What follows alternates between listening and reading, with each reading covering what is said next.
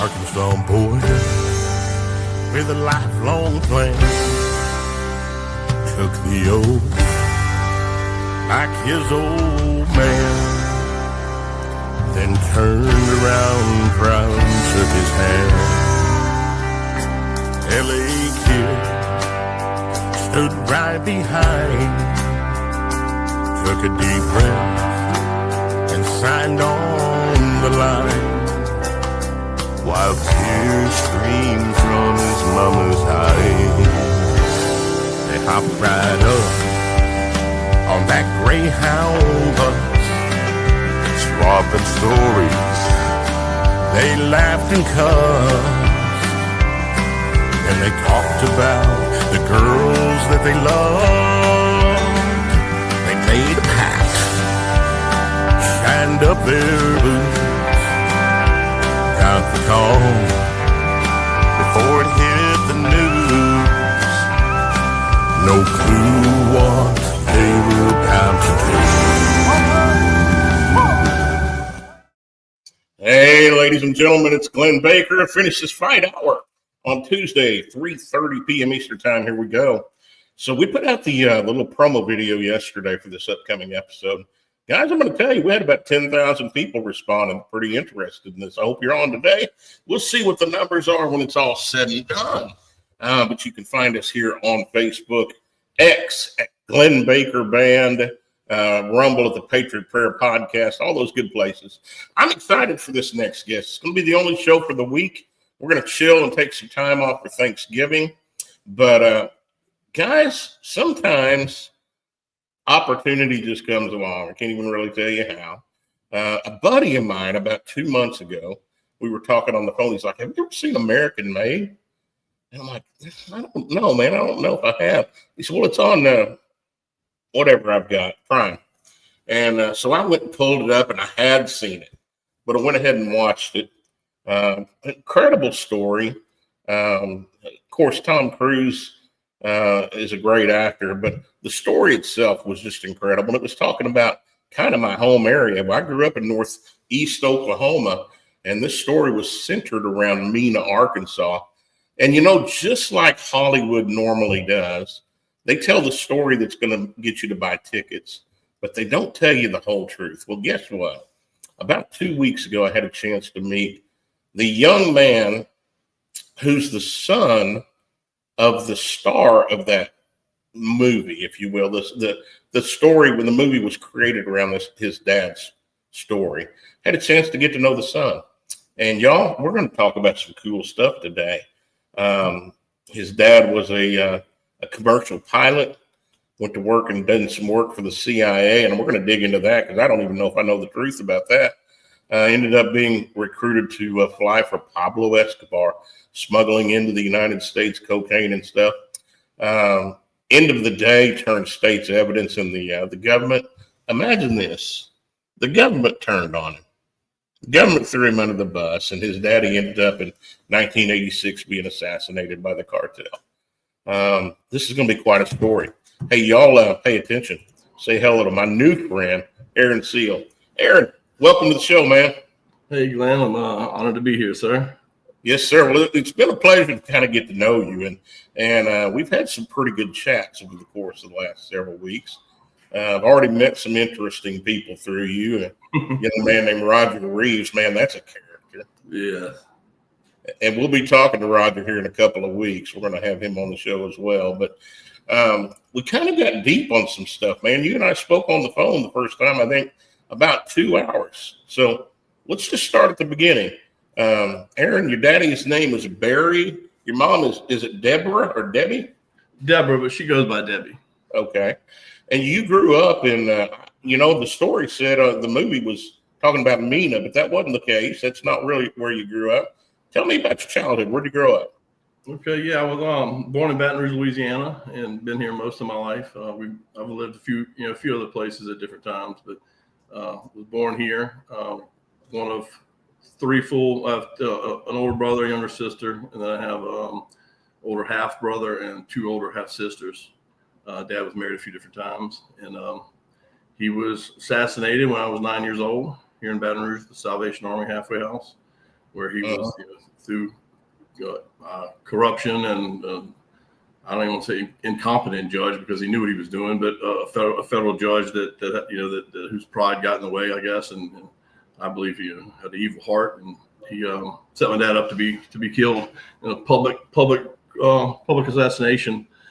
It was a pretty blatant display of corruption and power, and it's the only time that I'm aware of, even recently, that someone's been publicly executed because of what the United States government did inside America. Man, there's so much leading up to that point too, but it's amazing to me. I'm one of these guys that up until about 8 years ago, I thought my government loved me, had my best interest in heart and that kind of thing. And it's a bunch of hooey-doo. With this country is still, I believe, one of the greatest countries in the world, but it's the people, not the government. This government's corrupt. And it's corrupt from the top to the bottom. So let's go back then to the Baton Rouge, and you grew up there. You were born in what year? I was born in 1976. You were a young whippersnapper then. I wish. You had a little gray in your beard too. This is not just for men. I'm allergic to just for men. So you grew up there. You knew Dad. As you got a little bit older, I guess you knew Dad was a commercial pilot because he was gone a lot. You knew he flew planes. Yeah, well, I knew Dad was a pilot. We grew up, as far back as I can remember. We were living when my mom that first got married, and my brother was real young. I was real young. Me and both still infants. We were living in a little apartment in Baton Rouge, but not long after that, we were living in a really nice house in a nice neighborhood. I noticed. I have memories noticing the change and started realizing we were a little more affluent, but I just assumed Dad was a pilot. I assumed pilots made good money. He also had one of his cover businesses that he his bought and sold airplanes. There was an airplane broker all over the world, and that was one of the ways that he one of his fronts he did for the money he was making. And so I just assumed it wasn't odd for Dad to be gone a lot. He's a pilot. That's what happens. Pilots fly, and every time they have to leave, and every time Dad came back, he was always very present and very, he was such a larger than life character, and he was so loving. And when he was back, you didn't notice that he had ever been gone because the world just revolved around him, and he always came back with presents for us to surprise us. And he brought me certain dogs home before. I was a big dog lover and still am, and he had this funny saying when he'd be going to leave, we'd sometimes like, oh no, Dad, we don't want you to leave, don't leave, and he would say, well, I gotta leave. And why you gotta leave, Dad? He said, I gotta see a man about a dog. And so I was like, oh, well, Dad might come back with a dog. So I wasn't happy for him to go, and hopefully he came back with something. Well, it's a lot of times as kids we don't pay a whole lot of attention to what's going on around us. Sounds like you knew a little something was changing.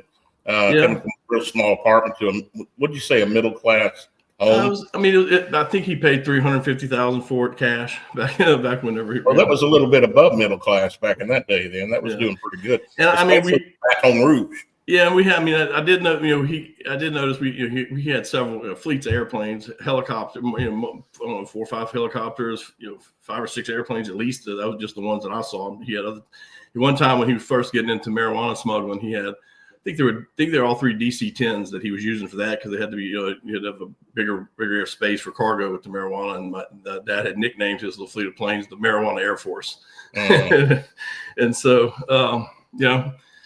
I did notice. I did start to notice we were a little privileged, but I just thought it was, Dad's good at what he does, and he's a pilot, and that just comes with that life. Well, going back to as a child and then knowing what you know now, would you say Dad was legitimate when you were in the apartment and it was commercial? Yeah, well, I know. Yeah, I know now. I was born October 5th, 1976, and I think it was around that month. It was the first time I think he went, or may have been a year later. It was right around that time is when he made his first pot smuggling flight. So as I look back at it, I see Dad was married, had an ex-wife with an older half brother and half sister. At the time, my mom then had my older brother and me, so he had two infants and 2 other children he's paying for with the ex-wife, and I could see how he would. Hear the opportunity to go pick up some pot and make some good money, and I'd have done the same thing. Do you know how that first opportunity came about, Tim? Do you know that story? I don't remember exactly how it came about, but we went to Cartagena. No, I'm sorry, Santa Marta, Colombia, with him when we were very young. My sister had just been born. My dad was, that was Santa Marta. I learned that from Juan Pablo. He told me that that's considered the best weed in Colombia comes out of Santa Marta. Well, Dad was getting it from the mayor or governor, the mayor of the town of Santa Marta. And so we had flown down there with him one time as like a family vacation, and stayed at a hotel. We went had a big big feast at the mayor's house. And I guess I don't know if Dad was bringing him money or just we weren't bringing any pot back on that flight, but he's probably down there bringing him some money back. And so we went to meet him, and it was safe because it was the mayor, and he was protected by everyone. And it was like people say a lot, when in the marijuana business, it was all it was a gentleman's game, and it was everything was done with a handshake. And then when the cocaine came around, business was no longer done with a handshake; it was done with a machine gun. Well, yeah, times were different back then too. We start talking about the cartel and things like that started getting big. So Dad was in the marijuana business shortly after you were born. Yeah. And how long did that go along where it was just him? It went on for about about 2 years, so 77 or 78 to about 80, and I think that's when he met. Well, Dad got arrested with a load of cocaine in Honduras. He had at some point, sometime along the way, he just, he realized that cocaine was easier, it had an ease in handling, and in his words, the ease of handling and profit structure were better with cocaine. So he got arrested in Honduras. He had a guy that had paid him to fly him back, and the guy had a suitcase of cocaine handcuffed to his wrist. And Dad was just flying the gentleman, giving him basically like a taxi service. And he had the officials paid off in Honduras where he had flown through there, had done this a couple of times, I guess, with the gentleman. And during that time, the government, the administration had changed in whoever he'd paid off. And so when Dad landed, what he did was drop the guy off on a little island outside of where they were landing. And then he went and landed to refuel. And so when the new leadership had not, were not the ones who had been paid off. So they, come up to his plane and want to search it. And since the guy was sitting on on this little island with the cocaine, all they found was a machine gun in the plane with Dad, but they arrested him for that. And then they went and, eventually figured out what was going on and searched the little island and found the guy with the coke. So Dad ended up in jail in Honduras for 9 months while they were gathering the money and figuring out, making the connections on who was in power now that they could pay off to have Dad released. Because he had my uncles, I think, and a couple other people. They were going to come and break him out of the jail. They were going to come down there and with a helicopter and boats to do a little rescue. But because of the charges in that country, if they weren't officially dropped when he got back to America, they would then file charges on him. So the charges in Honduras had to be officially dropped. So Dad stayed in prison for 9 months there. We went down there and visited him. He had paid off all the officials in the jail where when my mom would go visit him, he would stay at the guards would bring him over to the hotel in town to the presidential suite, and my mom would be able to go visit him there. And so when we went down there, I remember because it was the first time I ever saw pigs and chickens on the beach. I just remember as a very young child, thought it was wild that the beach was covered with dead pigs and chickens running around. We'd chase them and stuff. And so going down there, Dad didn't want us to know what had happened to him. So we were told that Dad was working as a prison guard. So when we go down there to see him, we just think Dad's working at this jail as a guard. He was dressed up he paid one of them to wear the guard's outfit and hold a gun. And so when we get there, he looks like he's guarding the prison. Dad was in the Honduras prison for 9 months, and this makes me laugh, man, because it's all about money. It's about money and power, and who you know. Yeah. The plan was his brothers or brother-in-law, whoever it was, come to break him out. But no, we probably better wait till these charges are dropped. Man, when you got those kind of options, and it sounded like it wasn't too tough on him in the Honduras prison if they were willing to give him that kind of an option to bring you guys back. Yeah, it was nearing the end of his stay. I'm not sure. I believe he had even gotten air conditioning hooked up in the prison for everyone because they didn't have air conditioning. That was the toughest part for him. And I believe he had gotten air conditioning, paid for the system to get hooked up for all the prisoners. So he was really popular with all the other inmates as well. Wow, that's wild to me. So bebopping along. So he's got his marijuana smuggling business. Well, and the prison in Honduras the trip to Honduras is where everything changed as far as getting into deeper stuff.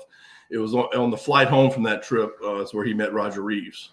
Dad, when he finally was released, he's flying on a plane home, and you'll hear this from Roger. When he sits on the plane, Roger happened to be with his wife and kids had just flown down there looking to buy a ranch somewhere in South America, and Roger Reeves happened to be on the plane, and there was one open seat, and my dad happened to sit next to Roger and his family.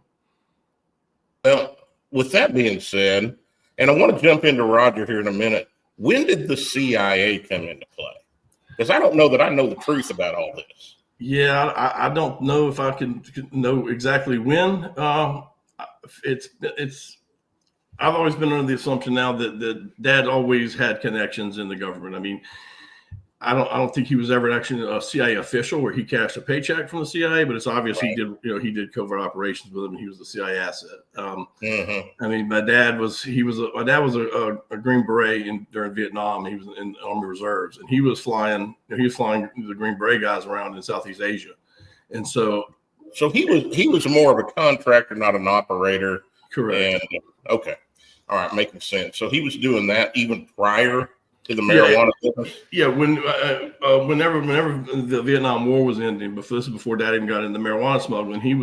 When stuff was going on over there, all the weapons, the guns being shipped back from Southeast Asia. They would load them on a plane, and Dad knew that they didn't count them. They just had to give him a entire plane load of weapons and tell him to fly them back. So he was stopping off in Mexico, where machine guns are illegal, and selling half the plane load or whatever to people in Mexico, and then flying back the rest of them back to America. And he was making a good little bit doing that, during that time. So he was connected with the Air America. I'm sure you've heard of the CIA airline, Front Airline Air America, out of Southeast Asia.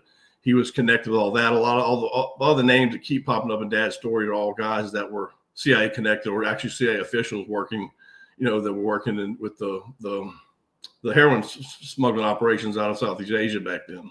Well, see, let's hit on that just a minute, because I've had several CIA guys on the show before, but none from that day and age. And let's just call this what it is. I mean, the CIA has got a black economy. They don't have a ton of money through the Congress that's going to them, but they got a dadgum buttload of money that they're doing a lot of stuff with. It's got to come from somewhere. Well, where does it come from? Yeah. Drugs, weapons. Oh, and even let's go a little deeper. I think it also involves a lot of human smuggling as well. There's a lot of corruption involved with this CIA, and it goes back for decades. And I think a lot of the confusion, and it was even for me, when I was much younger, that that the average person used to think, that there was a point in time years ago, if you said that the CIA was involved in drug smuggling and having drugs sold inside our country to fund a war, people looked at you like you're crazy. It sounded like conspiracy theory stuff. And I think the thing that people looked at, they think our government, like you said, our government's inherently good, they believe, and they wouldn't do that. And they don't understand the CIA and the DEA are different operations. They have the CIA would ask, isn't that wrong to bring drugs here? They said that's the DEA's problem. If they're so good at their job, let them deal with it. The CIA, they had a vow to stop communism, and by whatever means necessary. If they needed to sell drugs to get the money to fund communism, they either looked at that as the lesser of two evils. They're doing something for a greater good, or they just didn't care, and they were in it to also line their pockets as well, which I believe it's probably a little bit of both. Guaranteed. And I've got a buddy, Craig Sawyer, that's been on the show several times. Craig's former SEAL Team 6. He rescues children out of sex trafficking around the country. And I've learned a lot from that young man. He's a God-fearing warrior. But he made a point to me, and I believe it probably stands, not just for child sex trafficking, but for drugs or anything else illicit that's coming into this country. You're not going to get that into this country without the cooperation of the country.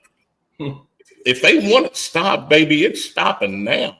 There's enough power, enough resources to shut it down. So what you're saying, if you think about it, makes a lot of sense. If they didn't want it here, it wouldn't be here, brother. Yeah. And then they take people like your dad, who was creative. Well, let's call it creative. He was creative. He got a plane full of weapons, and they didn't count them, so I'm gonna pop off a few of them down to Mexico. Buddy, I can't even really be mad at him for that. Would I do it? I hope I wouldn't do it, but it's pretty tempting. If you got when you got two ex-wives and four kids to feed, it changes it. At the end of the day, could we say Barry Seal was a criminal? I mean, I guess according to the laws of the land, could we say that we wouldn't do something of what he did? I don't know that, man, because I don't know the whole story. But everybody that I've talked to as I begin to research you and Roger and the things that have went on, nobody had a bad word to say about your dad. No. Everybody said he was a gentleman. Yeah, and the dad was a very, very loving guy, very charismatic, charming. He was very loyal to his friends. There was, as far as the people that he knew him, friends of his, and people in the Baton Rouge community growing up. Like at his funeral, there were so many people that came up to my mom that with stories like this. My daughter didn't have the money to go through college, and your dad, your husband came and gave us the money to put my kids through school, and he wouldn't accept payment back. And a lot of people and business owners around town, that their business was failing, and dad would go and give them $50,000, which today $50,000 is not a lot of money, but in the early 80s, that's about probably equivalent to like $250,000 now. And he that was kind of his number. If somebody was struggling, he'd give him $50,000, and he wouldn't allow them to pay him back. There was a firecracker stand halfway to the next parish over from here, where my grandma lived. And every year when we passed through there for 4th of July and New Year's, we would stop in, and me and my brother could fill up one of those old brown grocery bags all the way to the top with whatever firecrackers we wanted. And as long as whatever we could fit in one bag each, that's what we could have it. And the guy never charged us for anything. And when I asked my mom years later why that was, she said that the guy's business was going under, and the dad, who was a friend of dad's, and he gave him $50,000 to so his business could survive. And the guy, insisted on paying my dad back, and my dad, wouldn't accept it. So they finally said, well, look, this is how you can pay me back. Anytime my two boys, anytime they come through here on the holidays and they want firecrackers, just let them fill up a bag of fireworks each, and that could be your way to pay me back. And just that, the countless stories and things like that of my dad doing something giving and generous and helping others. It's we're in the 70s and 80s, Aaron, and you're talking about $50,000. You're right. I think that number is probably 200 to 300,000 equivalent right now. But it was covered pretty easy too. No, marijuana was paying him. I don't know the number, but I think 10 to 20,000 a load. At that time, and then, boom, Roger Reeves came into the picture. Yeah. Your dad just happened to sit down next to him on a plane. How about that? Yeah. Let's talk about that. What happened on that trip?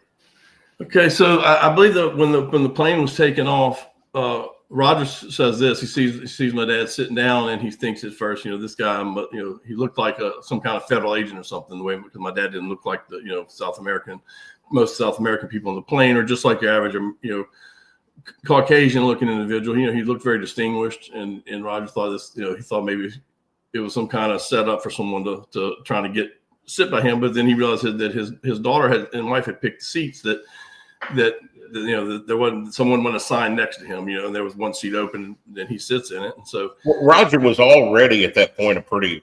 Oh yeah, he was. I think he was looking to buy a ranch for his cocaine smuggling business for refueling, or just I think that's what he's looking for. That's another refueling spot. He was already a very successful cocaine smuggler.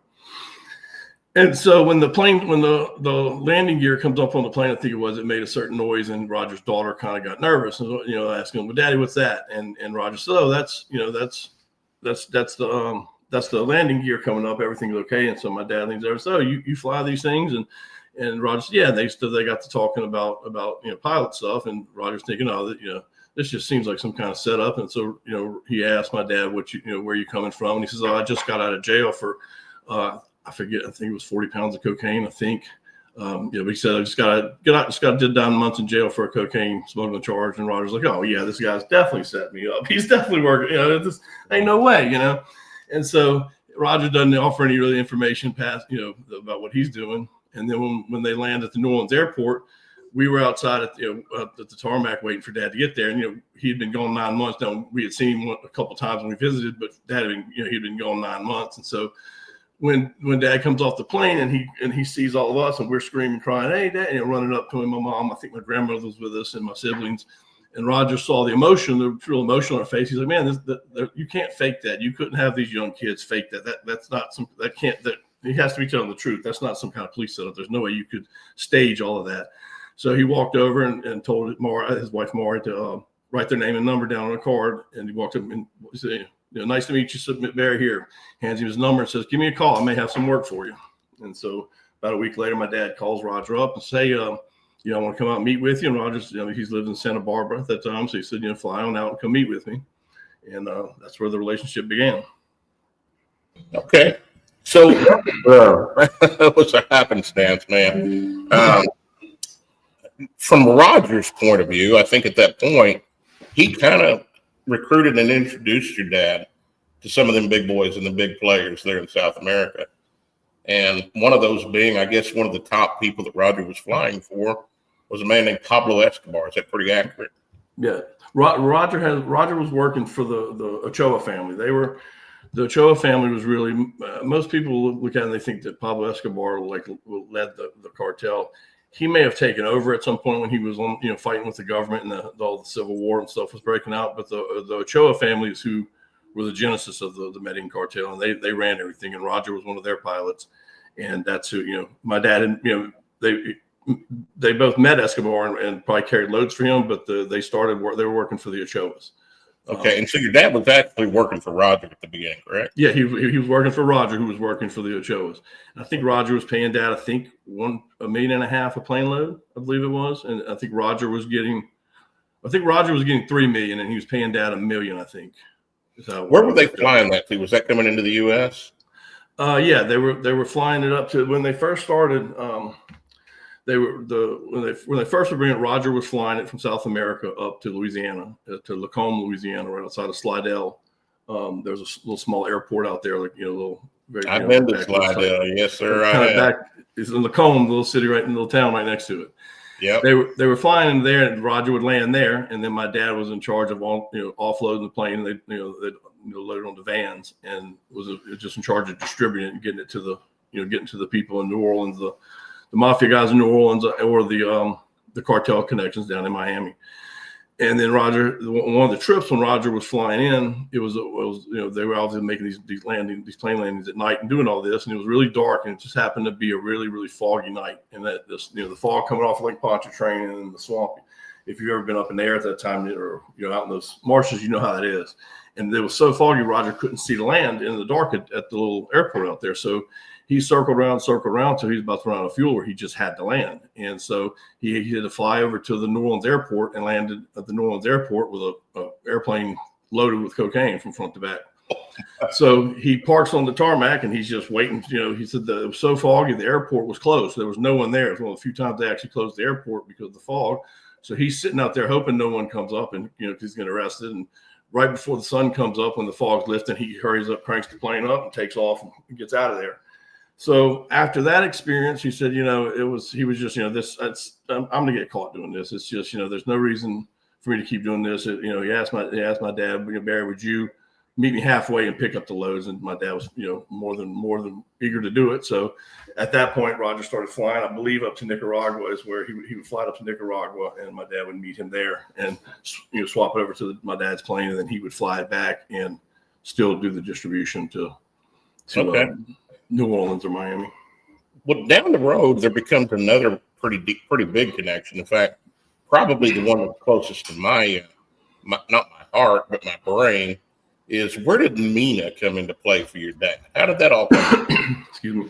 Yeah, it's there was at some point during the Dad and Roger's relationship, Dad started bringing.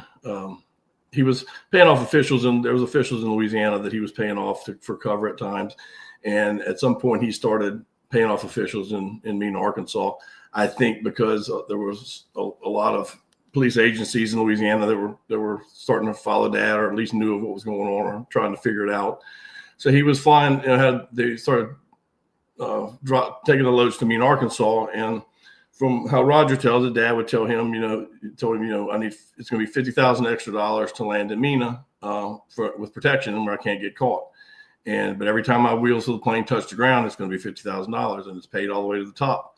So Roger was more than happy to spend the extra money to have the loads, covered like that. And no chance. Roger's thought was this, Roger, so he couldn't get in trouble. He couldn't get caught flying it from Colombia to Nicaragua because they were protected. And then if Barry can fly it from Nicaragua to Mena, Arkansas with it protected, we've got, basically a license to do this. It's, we've got a clear sailing. Let's dig a little deeper here, Aaron. Let's tell people what Mena is, because maybe a lot of people don't know. Mena, Arkansas is a little town. I think about 800 people when I was in my 20s or 30s, if I remember right. I think I told you this. I used to fly into Mena, Arkansas. Yeah. That was after your dad had already been assassinated. So it was somewhere in the mid 90s. But I didn't know anything about your dad's story at that point. I didn't know anything. But my dad used to buy and sell airplanes, and we had a business together. So he said. Pretty convinced my dad was telling me the truth. And he would like pick me up. I would be running the business. Had a pretty good sized business. And I'm like, come on, boy, let's go get us a hamburger. And we jump in his little 182 and fly to Mena, Arkansas. First time. And dude, when we flew in that thing, I'm thinking a town of 800. It's going to be like every other VSO we're out there, small, one runway. Brother, this thing, 800 people in this town had an airport big enough to land jumbo jets. And I'm talking like 757s or 737s or whatever. I'm not a big jet guy. I don't know those numbers. But full-size commercial airplanes can land there. And there were several of them. Yeah. And I was like, what in the crap is going on for this little old hick town in northwest Arkansas, or really west Arkansas, I guess, that they can land these kind of jets. And so here I am 30-something years later talking to the man that probably that airport was built around exactly what he was doing. Is that a fair statement? Yeah, I'd say so. I mean, my first memories of the Mena airport, my brother and I occasionally would fly up there with Dad if Mom was needing a break from the kids, and we flew up there with him. I just knew that Dad had used an airport up there. I can still remember the hangar. Rich Mountain Aviation was the name of it, and Dad had he was using the hangars, but I didn't think it was really strange because for him to have the entire hangar, because Dad had the same thing at the airport in Baton Rouge. He kept his Learjet in in Baton Rouge, at the private airport here, Ryan Airport, all the planes were kept out. Everybody parked their plane, outside, and Dad was the only one who was able to park his Learjet inside the hangar. And so that wasn't really odd to me, for him to have the whole airport up there. I just knew Dad was he was who he just kind of got things done like that. And what was so odd to me is seeing like a yellow Air Hawaii plane there, and I saw those things. Yeah. And to this day, I don't know why they would have them there. Although I'm sure there was something going on that was not maybe on the up and up. Yeah. Well, I mean, they were what they were doing there. It was Terry Reed. He's a former CIA agent, and he was actual CIA official. He worked for the agency, and he's got a great documentary called The Mena Connection. He works for the CIA, and he was introduced. He talks about he was introduced to my dad by Bill Clinton. He was assigned by Bill Clinton to my dad to help him to. Terry was a CIA agent, but also a very, very skilled pilot, and he was brought to Mena to help train pilots in touch and go landings and night landings and flying weapons and stuff for the war in Nicaragua. And that's along the line of the Contra, isn't it? The Iran-Contra stuff. Correct. The Iran-Contra thing. And Terry Reeves said, "Look, I met Barry Seal from Bill Clinton, and I was assigned to him, and Terry had gotten into it because he was a patriot and was working for the CIA, and that's just a lifelong military career and CIA career, and that's what he did. And when he started noticing that there was more going on than just training Contra pilots and training, for the war effort, and there was cocaine and other things being brought back, he wanted out, and he tried to get away from everything, and the government put out shoot on sight orders on him and his wife, said that they had stolen an airplane and that they were fugitives and that they were armed and dangerous. And him and his wife fled, and they chased him all over the country for years and years and years. And Terry, through different court cases that they brought against him and his wife fighting it, they eventually were exonerated through every battle that they put up against them. And Terry's made it a lifelong mission of his to try to expose the corruption up there with the Clintons. And that's some good stuff that you just said. Just because he didn't go along with their illegal plan, there's a hit put out on him, and of course, an accusation that wasn't true. I've dealt with something along that line now, Aaron. There wasn't ever a hit on me, but I spent 73 days in 2 jails in 2017 for something I didn't know had even taken place and had nothing to do with, and there was no evidence against me at all. When that happened to me, I realized when I got out, I've lost everything. Home, car. In 73 days, I lost everything. Home, car, 80% of my business, and then my eyesight and my right eye. Yeah. And I realized we've got a form of freedom here, but it's not the freedom that I fought for. So this happened to the CIA guy, Terry. But here's something that's real important. Let me just do this. My name is Glenn Baker. I'm of sound body and mind, and I'm not suicidal. Yeah, good idea. I'm gonna do this. Yeah, if I turn up dead in the next couple of days or weeks or whatever, I didn't kill myself either. Yeah, no. So there's some deep stuff there, and you start talking about Bill Clinton. I was connected in Northeast Arkansas. I was in Desert Storm out of the 142nd Field Artillery out of Siloam Springs, Arkansas. Brother Bill Clinton's the one that signed my order to be deployed. So I know a little bit about the guy, but nothing to the point that Mr. Roger Reeves and your daddy knew. And I was talking with Roger the other day, and he told me a story about your dad. And it was like this. It was, imagine going into a strip joint and seeing Bill Clinton there and a guy walking in with a suitcase and handing him $1.5 million. Yeah. Your daddy paid off a former president before he was president for protection to fly this stuff in from South America. And that's just the truth, directly from somebody that was assassinated and set up to die.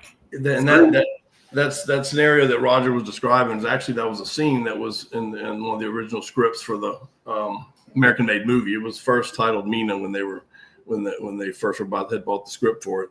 That was a scene in the movie that they had, and as we were getting the movie's being made right before the 2016 election, when Trump and Hillary were going against each other, and so someone at the last minute convinced Universal Studios not to include that scene of the strip club in the final cut, and so it was. I wonder who that could have been. It was nixed from the movie, and the title was changed to American Made. Right. Mina. Well, that's a whole other rabbit hole. But boys and girls and ladies and gentlemen, whoever's watching this, don't get it twisted. CIA is deeply involved in Hollywood.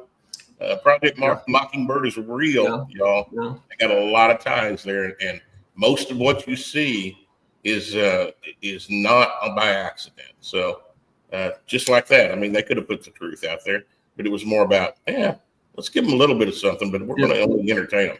One of the other things I learned from Terry Reed, he says that Oliver North was also CIA, and he was my dad's CIA handler, and that Terry's got firsthand knowledge of that he's been in meetings with both of them, and that and he went by, I believe his because they use aliases, that he didn't go, when he's doing his CIA stuff, he didn't go by Oliver North. That his CIA name was John Cathy, I believe was what it was. I've heard that name before. Didn't realize that. Or Dan Cathy, something. John or Dan. I think John or Dan Cathy is what his alias in this is when he's doing that. So, Aaron, probably I've never had somebody like you on my show, honestly. But when you and I spoke, the reason I brought it on is because I'm a dadgum patriot, man. I'm a warrior. I fought for this country. I wear a different uniform now. It's usually a cowboy hat and sunglasses. But it's still, to the day I die, I will fight for this country. And people need to know that what you see is not what you get. And that's on both sides of the aisle. We're not talking about Democrat or Republican, because it's two wings of the same dadgum bird. Do I think there's some good people in government? I think there's probably a few, but most of them that go in get bought out. I had a chance to interview and get to know Colonel Allen West, who was a great patriot man. I love him. He's a gentleman. But I asked him as he went into Congress, how did you stay out of being controlled? And he told me a real quick story, Aaron, and I'll just tell you this. He said, I'd come out of Congress, I'd be walking down the street, and they'd come up to me. The deep state would come up and say, hey, well, let us take you to the Lincoln Steakhouse, Stein. We've got some stuff we want to talk to you about. And, Colonel West, just an old artilleryman, he'd look at him and just smile and say, I think I'm just going to walk on home to my little basement apartment down the street. I'm going to stop off and get me some Popeyes, and that's all I need. And he avoided them to the point that he wasn't bought, he wasn't blackmailed, he wasn't controlled. But I think there's very few of them like that, Aaron. Yeah, no, I agree. So it's important for people to understand that you're hearing stuff about the Clintons. You're hearing stuff about a lot of these people in Washington, D.C. Is everything you hear about them the truth? I don't know. But I guarantee you better be keeping your eyes open, because there is some very salacious, nasty people there. They're bought, paid for, and they're either bought by being bribed, or they're caught with their skeletons in the closet, or they're set up. It's easy to give a guy a drink, get him a drug, set him up, put him in a bedroom with a little boy or little girl, video it, and say, if you ever don't do what we're going to tell you, we're going to release this stuff. Or they're threatened, their family's threatened. Yeah. There's a lot. It's power and money. And your dad saw that side that, man, none of us can see. And so it's important to know, yes, Bill Clinton was bought off. Yes, it's true. Now, all this other stuff, is it true? I don't know, but I tend to believe it more than not. Yeah. Well, let's go from there. So your dad was then arrested by the DEA sometime in the early 80s, correct? I think it was 84. Okay. 84. I was a junior in high school, man. What happened from there? So it was a conspiracy charge that he got arrested for. They didn't actually catch him with, over the plane with cocaine or anything on it. It was a conspiracy charge for some people that had implicated his name and some stuff. And the authorities in Louisiana really had it out for Dad, and so they weren't willing to work with him in any way. And he started working with the feds and the DA in Miami. First, they didn't want to hear what he had to say either, and he then, this is, they say he got in touch. He went and got in touch with George Bush, Vice President George Bush's organized crime division at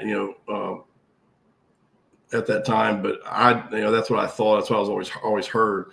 But it seems more plausible that Dad just had connections already with through CIA and other government agencies that he had worked with most of his life off and on.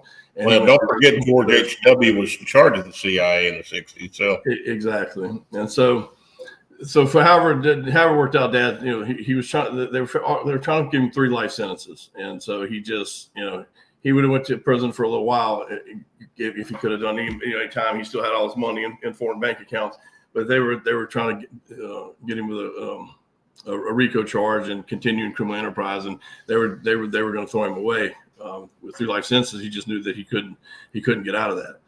So Aaron, in your opinion, why did that take place? Because he had been working with the CIA over the years. Did some agencies get their wires crossed, or did he just somebody off? What happened? The federal judge here in Baton Rouge, Frank Palazzolo, and the prosecutor at the time, Stan Bardwell, who Dad actually went to high school with, they didn't like him. They felt like he'd been rubbing this in their faces for years, and they weren't interested in helping him out, regardless of anything he gave them, any information and help. They were just dead set. They were gonna lock him up and throw away the key. And Dad didn't trust the authorities here for good reason.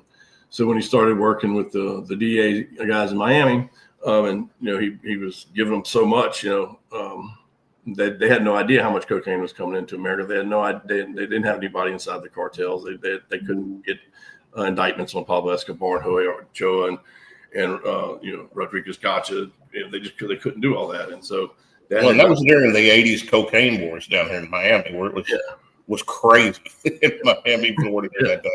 Yeah, the whole skyline in Miami was built from that money, the cocaine money being deposited in banks. So they just weren't Dad did enough undercover work with the DA agents then from Miami that that he had basically, the judge down there said he had earned his freedom back, because he had risked his life on so many occasions to try to make right some of the wrongs that he had done.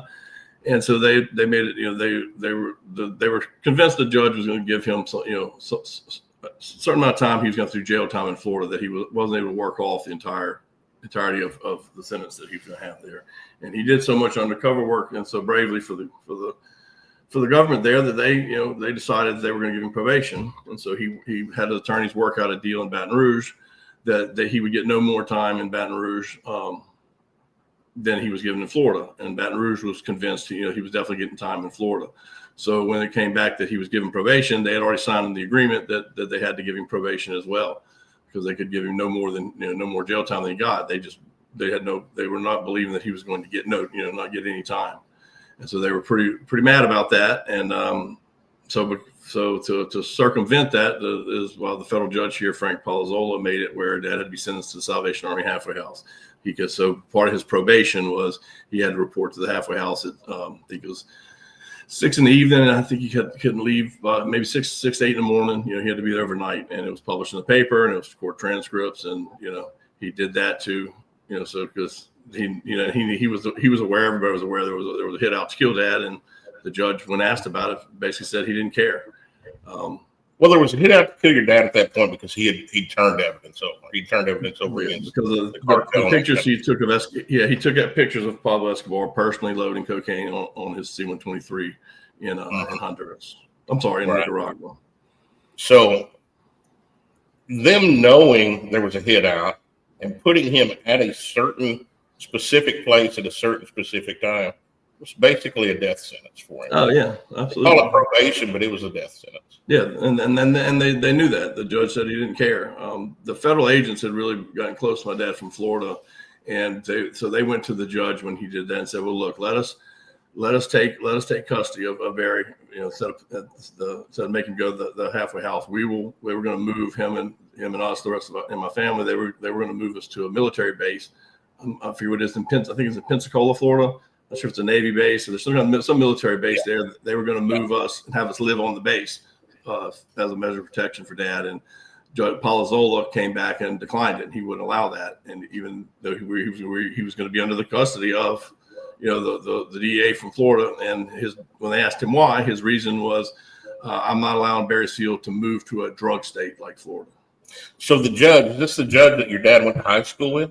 He went to high school with the prosacutor. Okay. Man, small town USA, baby. I mean, he probably dated the guy's girlfriend or something. Back in the day, probably something petty. I don't know how. Well, Baton Rouge is not huge today, but I don't know how big it was in the '80s. Probably not too big. I've dealt with some small town stuff. I get that. Never to the point of my death. Yeah. That's cold blooded. He knew what he was doing.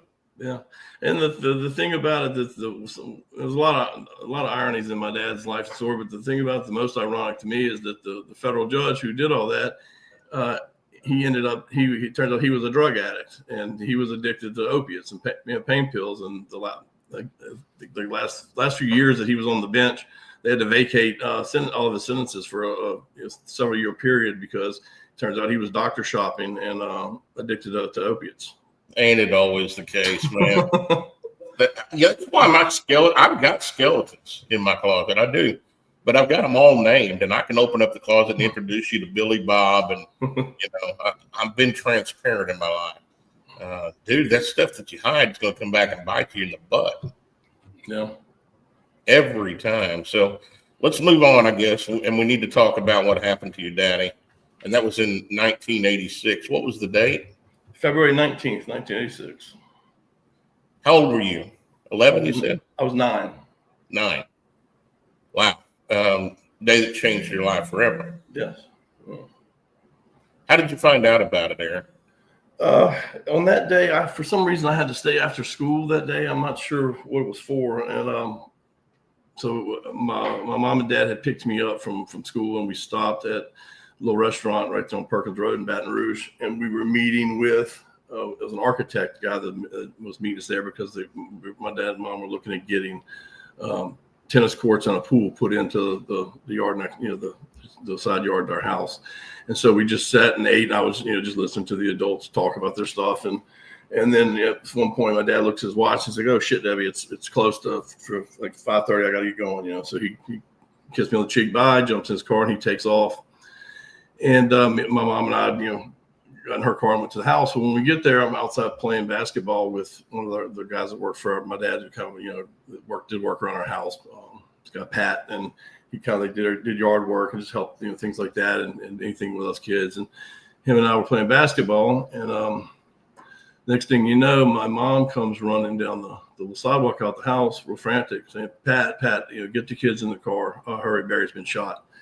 And so, we kind of gather up, get in the car, and Pat's driving, and my mom and those kids in the car. We're driving on Perkins Road. And so Pat said, "Well, Debbie, which hospital? You didn't tell me which hospital it is. Baton Rouge has a few hospitals." So she's like, I don't know. I forgot to ask. So he pulls over to the gas station on Texaco on the corner of Perkins and Bluebonnet at the time. And Mom goes over to the payphone to call back the gentleman who had told her this. And so she still tells us, stay in the car, kids, you'll stay in the car. Well, I got out the car and was kind of listening and walking towards her. And I just heard Mom saying, is he definitely dead? Is he definitely dead?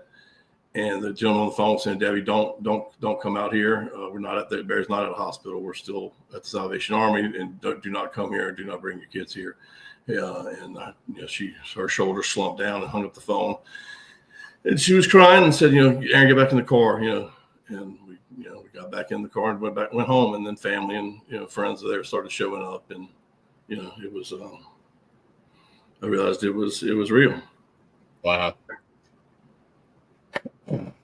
There's a whole lot more we can dig into. And I think I want to bring you back and do another show, and we may bring Roger on, and we're going to talk about some other stuff in a few minutes too. Let's lighten it up a little bit. And it's really not light. And then we're going to come back. I want to talk about your story and how your life changed. What are you working on right now? I asked you when we got on here a while ago if there was anything you'd like to promote, and something that's going on in your life right now. What's that? Yeah, well, for one thing, I just started a YouTube channel where I'm going to release some things of some content related to my dad, and some if I get enough followers, I may release some home videos I have of I have some videos of some 300 kilos being dropped during the daytime down the road from here. And so it's all on video. I may put that out at some point, but the YouTube channel is at Aaron Seal Official, if anybody wants to follow it. And I've got 1 or 2 videos up now, and I'll be putting more stuff up as we go. Okay. But, at Aaron Seal Official on YouTube. Yes, sir. Okay. And then we also got something you're working on for a buddy of yours. Yeah, something that's really close to my heart. If people feel led to donate to this, I've got a good friend I've known, David Hart. I've known him for probably about 35 plus years. And about a month or so ago, David had a stroke, and it's left him paralyzed. The entire body's paralyzed, where it's something they call locked-in syndrome. I had never heard of it. The only movement he has is he can blink his eyes up and down to say yes, to communicate back yes or no when you speak to him. And I was up there Sunday to visit him for the first time, and it's exactly as everybody's described. He's completely paralyzed, and when he saw me, when I saw his face, he kind of gave me a little half smile. He was able to smirk a little bit, and he said using his eyes to communicate. And right, he's a really good guy, and we've got a GoFundMe going. His best friend Adam Campo, who's someone I've known same amount of time as Dave, is very honorable man, and got this set up to try to get some money for David's sister so she can care for him full time. Okay. And so the GoFundMe Save Dave. I know you got the link up there. We're trying to raise $50,000 to try to provide him some kind of life, some kind of quality of life while he's battling this. And so mostly I ask for people if they would pray for David and his family, but also if they feel led, if people would be willing to donate to the GoFundMe, so we can try to help this family during this time. Okay, and I've got that link in the comments section. I'm going to scroll it here in just a moment so you can see it, but we don't have a clickable link on the screen. But I do have a clickable link in the comments section for that, and y'all can take a look at that and help this young man out. Thank you. Got to be a tough way to go when you can't. All you can do is blink your eyes. I mean, that's debilitating. So comments are there. Let me scroll the link there. It's Facebook, and there's a lot of little digits there. I'm sure it's going to be hard to copy. Take a screenshot, guys, and you can go there. let's help this young man out and get him some care. Is there any hope for him to recover from that? I think they said there's I forget maybe 14% or 24%. If you what Adam's telling me is the chance to gain maybe some access usage again, and maybe his limbs, that type of thing. If he was able to move an arm or both arms again, that would be considered a miracle in recovery. If he was able to use anything at all. Wow. So, well, barring a miracle from the Lord for a full recovery, it's and brother, don't call that out. So we're going to talk about that part too. We're going to talk about that. So your life changed a lot there in 1986. You don't have a daddy. Mama, I guess, is living off of what he had set aside now for a while. Yeah. But you had to grow up quick here. Yeah. Tell me about your life from that point out. Were you a choir boy? Were you a rebel? What happened? Well, I first joined the Eagle Scouts, and then I began to travel the world helping underprivileged children. No, actually, I would have believed it, man. I would have believed you. Man. Wow. Well, actually, when the day Dad was killed, I knew that I was raised to believe in God. We were, my dad's side of the family is Baptist, and my mom's Catholic, and we were raised. I knew enough about God that He was omnipotent and omnipresent. That God was in control of everything. He created. He knows everything from the beginning to the end. He's in control, and He's all powerful. So the day Dad was killed, I was the next day I was in the yard playing with my dog, and I was just kind of internalizing everything, and I wasn't crying. I was just had this deep pain, and I remember thinking, well, God's in control of all this. So God knew when, that I would feel this pain, because God was, he made me Aaron Seal, and he knew that my dad was going to do what he did and be killed one day. And so, he didn't make me, Aaron Jones, down the street, the kid, whose dad's an accountant and he's coming home tonight. I knew that God didn't, my dad did what he did on his own volition, but that God knew that by putting me in that family that I would experience this pain. And so I just came to the conclusion that either God didn't exist, like people said that He does, and this was all just random chance, or that it would be even worse, that God does exist and that He did this. He knew this would happen and put me here to experience this pain. So therefore, He must not like me very much. And so either way, I just decided that I wanted nothing to do with God or any of that kind of lifestyle, because that's not the kind of type of God I would want to serve. Man, you had part of it, right? But old devil twisted up the real reason. Yeah. He trusted you enough to put you in your body in that particular place and time, in that situation. I think folks need to pay attention to this real close. If you're going through some hell right now, here's the thing. God trusted you enough to know that you could handle it if you just lean on Him. And He's always got a plan. He's always got a plan. And He'll use that stuff that you're going through to make things better for you, to give you a purpose, to give you a mission. But the devil twisted that all up. So you started down a bad path, man. Yeah. So I as I got a little older, I was always getting in bar fights and fighting around town and just, stuff like that, which I didn't consider that too bad. I saw that stuff as just like a sporting event, like a football game, so you get in a fight, somebody wins, somebody loses, you can shake hands afterwards and be friends. I didn't think that was all that, but I got into drugs, started using drugs and smuggling drugs myself. I was, I wasn't flying loads of cocaine, but I got to where I was going to Mexico and bringing back a lot of pharmaceutical pills and selling them. At one time, I guess, probably 100,000 volumes a month I was importing from Mexico and selling them. And for that age, making some pretty good money. And well, during that time, the drug use was getting pretty out of control, and my personal drug use was getting to where I was, it was kind of a dark place. And I had a lot of people around me that I trusted who spoke about God in a way that seemed authentic and seemed, just different than this abstract view of God that if He even existed, that I thought that He was. And so, I remember one day I was driving down the road in my work van right before things got real dark. But it was when I realized life was starting to I could see where it's going to get out of control. And I remember crying out to God, thinking about this God and saying, if you're real, I don't even believe you're real, but if I don't know. And the issues I have with you, if you are real, but I remember thinking and speaking out loud, God, if you're real and you're good, like people say, then, if you can prove that to me, then I would serve you. I would dedicate my life to that. If you were not this, if you're not the God that I thought that you were. And at that moment, I felt the weight of the world just lift off my shoulders. I felt this peace. I know now we describe it from Scripture as a peace that surpasses all understanding, and I didn't know those words, articulate it like that, but that's what I felt. I felt the weight of the world just lift off of me, and all the trauma and the pains that I had carried in me, they just vanished, and I felt light. My body felt light as a feather, and I just began to weep, and I just knew instantly right then that I knew two things. I knew that it was Jesus, and I knew that He was holy, and it was, I knew that I wasn't, I wish I'd like to say that I immediately after that, got my life back perfect, but it didn't. My life continued.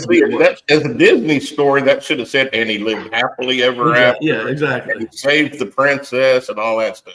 But the drug addiction continued to get worse, and I would think back about that moment, and I would always try to convince myself it was just kind of some kind of emotional thing. I don't know, I was really upset, and you think maybe this happens to people all the time, and I just it's just something happened to me for the first time. I didn't know, and I didn't have any friends that were that were serving God or anything like that. But so I just continued life as I had been. But I had this pesky thing that started. I all of a sudden started having a conscience that in a way that I didn't have before. I would think about like where these drugs go that I'm bringing back. Even though I've justified these are just Valiums.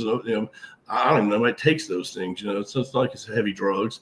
It's not hurting anyone. But I began to think about who actually takes these, whose hands are they ended up in, and that's not a good thing to have when you're trying to have a business, run an organization, making money off selling drugs. And so I had to really increase my drug use to just be able to live myself doing that. And over time, I quit selling drugs, and it was just kind of strung out on for a long time. But I began to read my Bible, and I began to study Scripture, and I began to try to lean into the things of God. And it took a long time, probably about a decade time period, that God eventually got me to where I was able to walk away from the drugs, and so to some degree live a life serving Him.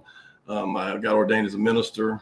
I've had at one time I had a home church that I pastored, and I've preached in several different places in America. Even traveled to Europe one time to preach. And one time I had a little inner city outreach ministry where I'd go and minister to kids in the bad areas, quote unquote, of Baton Rouge that were gangs and shootings and stuff like that. And I'd go minister to people and try to encourage them to look at life in a different way and try to choose a different path. Well, and that's something important for people to remember. Say hi to Scooby. Hey, Scooby. I'm dog sitting this weekend for my girlfriend, but that's something for people to remember. Just because you found Jesus doesn't mean everything goes away immediately and life is all hippie hoppy cool, No. He said we live in this world. We may not be of this world, but we live in this world, and troubles are going to be here. It rains on the just and the unjust. There's a lot of scripture there, but ultimately you kept your eye on Him. Maybe you didn't dive in head first, but you kept your eye on Him. And here's the thing, scripture that's so important. You have 100 sheep, and one sheep escapes and gets lost, and the shepherd leaves the 99 to go with the one. Yeah. And Aaron, I think you're the one. Huh. He left to go pick up the one. Yeah. You got a big mission in front of you. Yeah, you got a big mission in front of you, my brother. And so there's some cool things that took place from that. Let's talk about forgiveness and what that meant and where that took you. So in around 2008, 2009, when Facebook was kind of getting popular, that's around the time I was going out and doing a lot of inner city ministry. And it starts off, I got an inbox message from a gentleman. His name was Felix Dixon Bates Perella. And it turns out that he had worked for the cartel, and he was, I think he was more of a money transporter and laundering money for them, kind of a business associate, but, in the cartel. And my dad had actually testified against him and put him in prison. He had gotten, I think, like a 10-year sentence, and had gotten out of jail and had given his life, rededicated his life to Jesus when he was in prison. And he had gotten out. I think he was working as a realtor and living in Baton Rouge area still. And he was going to a church that I actually knew the pastor of the church, and the pastor and I were pretty good friends. And he shares his story one day with the pastor that asking him, did you know who Barry Seal was? He testified against me and put me in prison and blah blah blah blah. I got my life together, and so the pastor tells me, I know his son Aaron, and he's got I think he showed him some of my street ministry videos or something, familiarized him with me and said, I think you should reach out to him. And Felix was like, no, I could never do that. That'd be inappropriate. He's like, wouldn't do that. And then the pastor's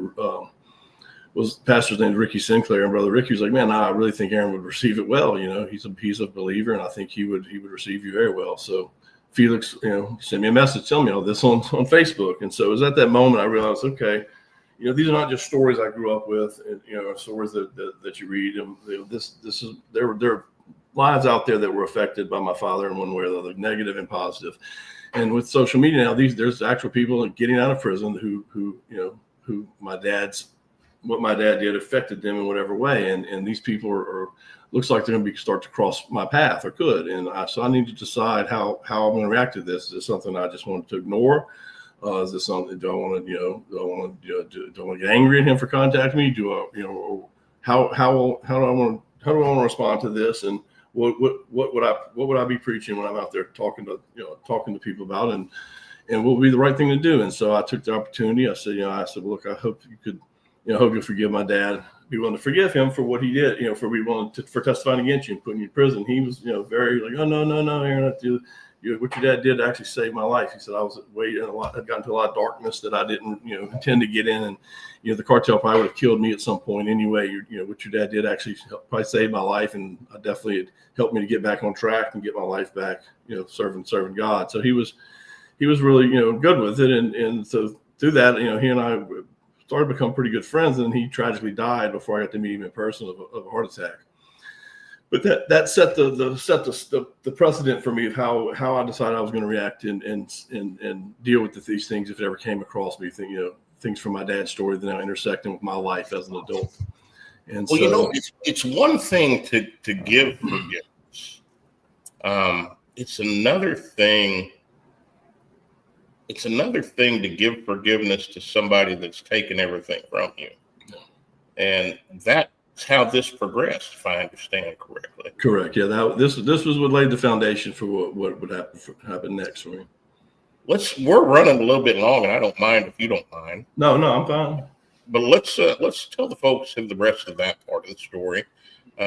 You reached out and actually went and visited in prison the men that killed your father. Okay, so a few years after that, I actually had a friend that was in Angola, got in some trouble and was in Angola State Penitentiary, and that's where one of the hitmen was that had killed my dad. I knew that. The other two were in prison in North Louisiana. This guy Kumbamba was his nickname in the cartel. He was one of the most prolific hitmen they had. He was known for one time, walking into a bar in Miami and with a machine gun shooting up the entire bar trying to kill one person. And killed a lot. I don't know how many people he killed that day in the and they didn't get the one they wanted, but a lot of other people died that day. So this guy was a very, very seasoned individual with murder.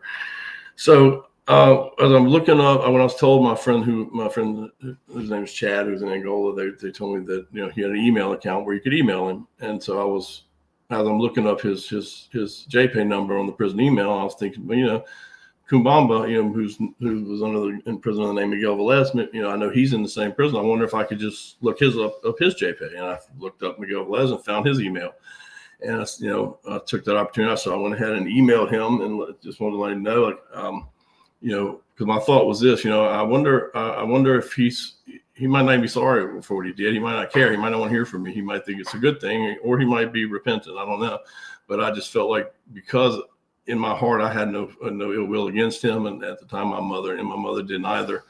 I can't speak for the rest of my family, but as far as my mother and I, we had long since forgiven all of them. And so I just thought about, I hope he's not at the end of it. I heard he was dying of cancer. And I was, thinking, I hope he's not at the end of his life thinking that he's carrying, that he's not carrying some burden because of what he did to my dad, thinking that we hated him or wished ill will upon him. So I decided to email him and just let him know that there was no unforgiveness, and hope he's not carrying a burden, especially to his death of something that he did to me and my mom by killing my dad. And he responded back, and he and I became pen pals for a while, and I let him know that that a little bit of my story, and I told him that I loved him, and he reciprocated the same things back. And my mother and I got him and my mother on a telephone call one day because she had some questions she wanted to ask him, and then he passed away shortly after there of cancer. We tried to go visit him, but the warden of the jail would not allow us to. And so before he died, though, he sent an email to Bernardo Vasquez, who was in one of the other hitmen in jail in North Louisiana, Davis Wade Correctional, and letting him know that I had reached out and had forgiven them. So through that process, I went through a 4-year. I had to go through a counseling thing for the prison because you have to do that to visit. They thought I needed to go through a counseling deal to be ready to meet them. So COVID hit, it ended up being 4 years, but I ended up getting to go visit Bernardo Vasquez in Davis Wade Correctional and spend the day with him, and got to hug him and offer him forgiveness in person, and took a picture hugging him and stuff. And the thing with that is, it's he wasn't even really, he's not even really sorry for killing my dad. And I appreciate the honesty. He wouldn't say, I'm sorry that I murdered Barry Seal. He felt he was just doing what his boss asked me to do, and it was the right thing to do because my dad was harming his friends. But he was sorry because he had felt so much pain when his parents had died. He said, but as a human being, I'm sorry that I played a part in taking someone's father from them. He was repentant and sorry for that, but he wasn't sorry that it was Barry Seal that he did that to. But I offered him friendship and forgiveness anyway. Man, that's some deep stuff right there, because that's indoctrination to a deep level. Basically, he was just doing his job. You could ask warriors, the people that have been in war, SEALs, special forces, Rangers, things that have killed the enemy. They would probably say the same thing. Yeah. I'm not sorry that I killed him. Yeah. I am probably sorry that somebody lost their son or their husband or their dad. Yeah. That's a different mentality, man. That's yeah. I mean, from what I took from him, he said, the boss asked me to do something, I was happy to do it. It was like Escobar was like a god to him. It said 40 years later, he's still, the boss asked me to do it. I'm not sorry for that. He asked me to do it, and I did it. And one of the things that he shared was that when they were first going to do the hit, when they were told that, when they're getting information on my dad, they were told he stands for Salvation Army. They were like, well, how are we going to do this? We're not going to be able to, we're not going to do it. We're going to get caught or get killed ourselves because he's protected by an army. They thought that he was Salvation Army meant he was staying on an army base protected by soldiers. They didn't know what it was. And they thought, well, sure he is. Someone that we're trying to kill this has as much money out on him that won't kill too bad. Surely that makes sense. He's being protected by soldiers on an army base. So when they find out what the Salvation Army was, they were blown away. Like, why would they put this guy right here? There's no soldiers there. This is a facility for homeless people and stuff around that community outreach. Like they were like, well, surely they must want us to do this, or they wouldn't have put him here and put it in the paper. We thought he was protected by a battalion. Right. Too good to be true, man. That was too easy. So then, and then years before that, I reached out. While this process was going on in 2016, I had read online there was about a story about Pablo Escobar's son, Juan Pablo Escobar, who it turns out he's the same age as me. He was born, I think he's a few months after I was born. I knew Pablo Escobar had children. I didn't know anything about him. I didn't care about his. I never looked into his story. I was never into all the whole narco stories and stuff. I mean, I grew up around that stuff. It wasn't something that enamored me, but I just knew he had children. And it was, I think, a New York Times or something article that was somebody posted online, and it was about talking about how Juan Pablo Escobar, what he does now, and that he travels around does public speaking, and offers peace, for forgiveness and reconciliation for what his father did, and just trying to build a bridge around all that stuff. And I thought, well, that's awfully big of him, And then I saw a documentary on Netflix. It's called Sins of My Father, I believe it was that. I think it was the title of it. But it was just in Spanish, so I had to watch it with subtitles. But it was a documentary where Juan Pablo Escobar went and met with the justice minister in Colombia who Pablo Escobar famously had killed, and I think in '84. The last name was Rodrigo Lara. It was like it'd be the equivalent of having our Secretary of Defense killed here. He had the gentleman killed, and Juan Pablo had reached out to his son, and they had become friends and met and filmed a documentary about it years before. So I watched that, and I thought, well, maybe this guy he seems like he's sincere in what he's doing. So I thought, well, maybe I'll reach out to him, but I don't know anybody that knows these people. So I looked at the New York Times article I read, and I was going to try to email the author who wrote the story to see if he could connect us. But I saw on there he had listed Juan Pablo's Twitter handle. And so I got on Twitter, and he had millions of followers and stuff. I thought, man, this guy should check his messages, even if it's a real page. But I prayed one night, and then that I typed up a little message and sent it to him. And the next morning he responded right away, and I basically just told him, I think it's honorable what you're doing, and I more than most can understand how hard your life's been growing up with under the shadow of who your father was and is, and and just offered him if you would like to. First, I asked him, he be willing to forgive my father for testifying or being willing to testify against his dad, and that I offered him a hand of friendship if he wanted to accept that, and he did right away. He wanted to accept it, and he asked me would I come meet him in Mexico City, and we could do talk in person. And so after thinking about it, and most of my friends and family telling me that I'm crazy and not to get involved in that, I ended up flying to Mexico City in 2016 and meeting him, and we became really good friends, and we're still close, very close to this day. Brother, I got to tell you, the old redneck pops up to me and says the pucker factor probably got pretty high for a minute. I was excited about it. I knew it was the right thing to do. He's lived a life where his dad was a maniac and killed thousands and thousands of people all over, and he wasn't involved in that. He was 15 when his dad was killed, and he even became an architect at first as a trade because his dad had blown up so many buildings, he wanted to try to build some back, and that really touched me when I read that. So this is my kind of guy. He was dealt a pretty bad hand of cards, which I can relate to understanding similar cards that I was dealt in life, and he and I was saying, we're just trying to do our best with the stories that God gave us. And so, for him to go around, he does public speaking where he goes around and in Mexico, he's really got a big following because all the kids there grow up watching the cartels and the cartel TV shows, and all the kids want to grow up and be the next Sicarios down there. And their whole life goal is to be drug smugglers. And the one they idolize the most is Pablo Escobar.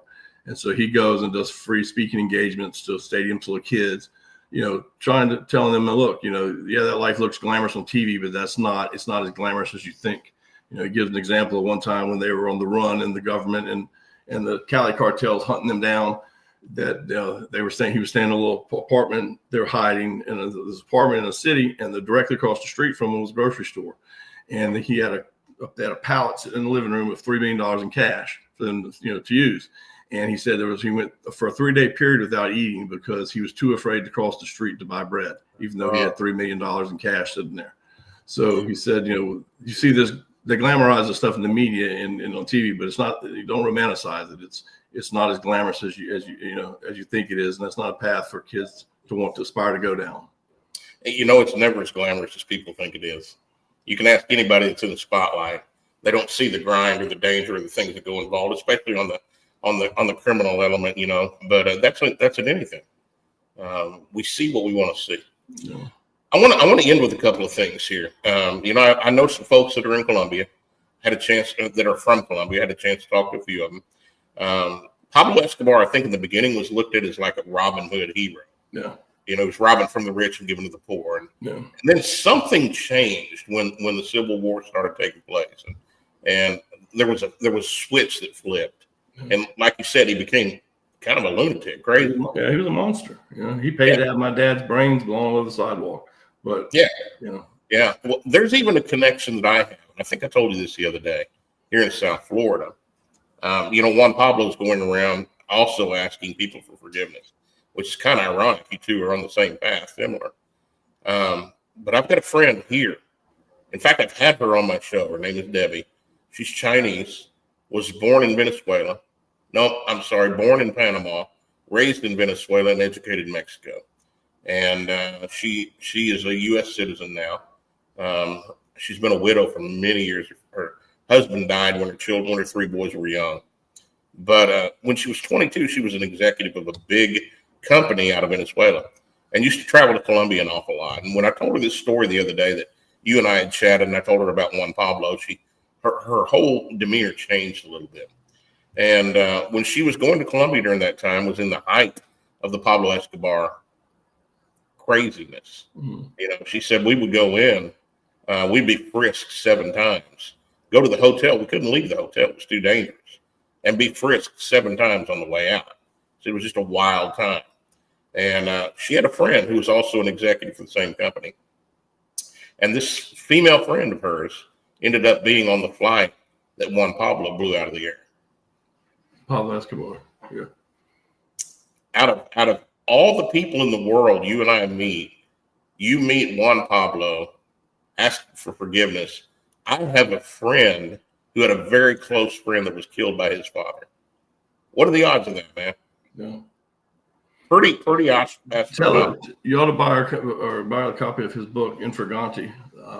The whole first chapter in the book he wrote talks about me reaching out to him and flying down there and meeting him, and how that whole relationship was formed. I think she'd get a lot out of that. I think so too. I think there's more to this story as well, though. And I want us to come back and do some other stuff together. 2 things I'd like to end this with today, Aaron. Number 1, going through what you went through in life and getting to a point where you are now. And brother, you don't have it easy. You're a caretaker for your mother who's got Alzheimer's. Correct. Alzheimer's and dementia. Yeah, see, and I know what that feels like. My dad died 2.5 years ago. My mom 3.5 years ago. She died from Alzheimer's, and my dad had vascular dementia. And I struggled with that because you kind of made a joke a while ago about I told my dad was buying and selling airplanes. He said that as far as you knew, and that's hilarious, especially coming from where you're coming from. But my mom and dad were actually some of the most godly people that I've ever known in my life, and I struggled with their end of life story. You would think there'd be a reward. I mean, they were retired; they could just have a great life and then go to sleep and wake up in heaven. But they didn't. I had to put them in assisted living in 2017. My mom had Alzheimer's, diagnosed for 14 years. It's a rough way to go. So I understand your plight. But coming from where you were and where you were born into, what you grew up with, what you went through as far as drugs and using and dealing and to where you are now, if you had to tell younger folks right now one thing, as a word of advice from a guy that's lived it, what would you have to say? As far as using drugs, I don't think it's a good idea. It's not. It's something that looks like just like what Juan Pablo talks about with selling drugs. Same thing, selling them, use them. It looks glamorous, and for a while it is, and it's fun, and it can be exciting. But it always ends in death. It always ends in destruction. Yeah. Anything we do like that's when we submit our lives to something other than God, the end of it is not going to be good. It's not going to be beneficial. And well, the word says, "For the wages of sin is death." It's not just physical death; it's eternal death. Your dad. It always takes more from us than we sign up for. Yeah. Well, your dad had more money than probably he ever would have needed. Heard stories, money buried everywhere, stored everywhere. I mean, all over the place. Yeah. More money than he ever needed. But at the end of his life, he was murdered in front of the Salvation Army. And the IRS had just seized everything, everything they could get their hands on. They'd taken everything from us. Yeah. At the end of the day, I think your dad would have said probably it wasn't worth it. No. One more thing. Actually, my dad, and we'll have to get on this the next time, but my part of my spiritual journey, after I had my conversion, I found out a year or two later. Well, actually, and I've learned this while I was in prison arrested in jail for something that I didn't do. And you know about that, don't we? I'm already getting upset with this God again because I'm like, wait, I gave my life to you a year ago, and now I'm in jail for the worst charge I've ever had, and I'm actually completely innocent for this. I'm like, this is pretty, this is this is just reinforcing what I always thought about you before. Well, during that stint in prison, I was in there with a guy who I had known previously. And I found out through him in a church he would go to his parents. My dad had actually given his life to the Lord a few months before he was assassinated. And the preacher at the church, who was a friend of his, led my dad to the Lord. And he would always preach a sermon on the thief on the cross. And when he did, he would bring up Barry Seal, because everyone in the congregation in Baton Rouge knew who that was. And he said, "No one can convince me that Barry Seal's not in heaven, because I sat in a back room of a restaurant here in Baton Rouge with Barry Seal and prayed with him and watched God move in his life. And he was even flying around with his pastor taking him to some Christian businessmen's Bible studies in Texas they went to, where my dad was shared as parts of his testimony what God was doing in his life. And then he was, that was a few months before he was assassinated. And I find this out from a fellow inmate sitting in jail in 1999. And when I heard that, I felt walls falling down in my spirit. That's amazing to hear, man. And I'm happy to hear that, actually. That confirmation is pretty important for you as an adult. Yes. Amen. Let's end with this, because we've gone, I don't know, close to half an hour over. And again, I'm okay with that. I'm sorry to be so long-winded. No, not at all. I mean, we could go 3 hours, I think, and have plenty to talk about. Here's a tough one maybe for you. And Aaron, if it's too tough to say, I'd rather not answer that. Okay. But if we could cross that divide right now, just for a moment, if there was one thing you could say to your father, what would it be? I hope he's proud of me. Isn't that the truth? I think I'd say the same thing to my dad. And I believe he would be. I think he would be too, because I'm proud of you. Thank you. Likewise. Well, my friend, I appreciate you taking the time to do this. Thank you for having me. I'm going to get in touch with Roger. I want to bring him on here in a few weeks. I want to chat with you backstage about some possibilities, but hey, there may be a chance we can do something together, and we'll see if Juan Pablo is interested in joining us. I'll definitely ask him. Yes. I think we can do some good for people. People need to hear these stories. They're hard to tell. They may be hard to listen to, but at the end of the day, y'all, crap happens. And it's not really in life about what happens to you. It's about what you do with what happens to you that defines your character, and it sets you on the path to greatness. Man, you got a choice. It's going to happen. Something's going to happen. But can you turn to God and say, how can you work this out for my good? Or do you want to sit around and whine and cry about it and be like the multitude and just not get anything done? At the end of the day, my friend, I'm almost 60 years old. I'm still fighting, and I want to keep fighting until the day I die. Mm-hmm. It reminds me of one of my favorite quotes. It says, you cannot ask God for both an easy life and a strong character. The price of each is the other. Yeah. Well, brother, I appreciate you. Folks, go look up Aaron Seal, the real Aaron Seal. Is that right? On YouTube? Instagram is real.aaron.seal. YouTube is at Aaron Seal Official. At Aaron Seal Official. Instagram, real.aaron.seal. Look this guy up. Give him a follow. Shoot, I bet he would even answer a message if you asked him a question. And Aaron, stick around. I want to talk to you backstage. Y'all, I'm taking the rest of the week off. I'm gonna go get my mama's cornbread dressing recipe out, and I'm gonna be shooting up some cornbread dressing and having Happy Thanksgiving. Yes, sir. Happy Thanksgiving to you and yours. Join us the following week. I'll put out my schedule. I don't know exactly who we got on Tuesday. I'm not worried about it. I'm just going to get a little bit fatter before I start getting a little bit thinner. But here's the thing I want you to know. Jesus is Lord. He loves you. And Uncle Glenn loves you too. And I will see you on the other side. Forward, halt, left, left, left, right.